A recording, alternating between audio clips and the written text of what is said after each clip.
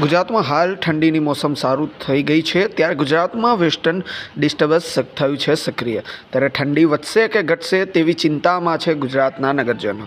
ત્યારે હવામાન વિભાગે કરી કડકતી આગાહી, જેમાં હવામાન વિભાગના અધિકારીએ જણાવ્યું કે ગુજરાતને ધ્રુજાવશે તેવી ઠંડીની આગાહી આવી રહી છે।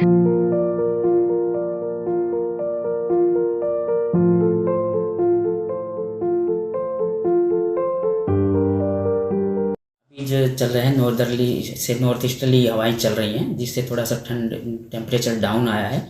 तो उम्मीद है कि कल तक थोड़ा और डाउन आएगा 1 या 2 डिग्री। उसके बाद कोई ज़्यादा चेंज होने की उम्मीद नहीं है और अगले 4-5 दिन के बाद हल्का सा राइज होने की उम्मीद है। क्या कारण है ये टेम्परेचर डाउन होने का? ये क्योंकि अभी वेस्टर्न डिस्टर्बेंस पास हुआ है जो अभी नॉर्थ वेस्ट उत्तर प्रदेश के ऊपर है। उसकी वजह से नॉर्दर्ली विंड्स आई हैं जो कि पहाड़ों से आती हैं, हल्की ठंडी होती है।